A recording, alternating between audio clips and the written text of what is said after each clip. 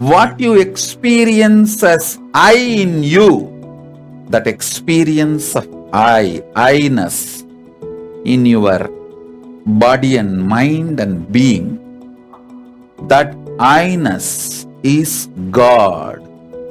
Because of the God's presence, that I-ness is experienced in you, perceived in you, manifests in you.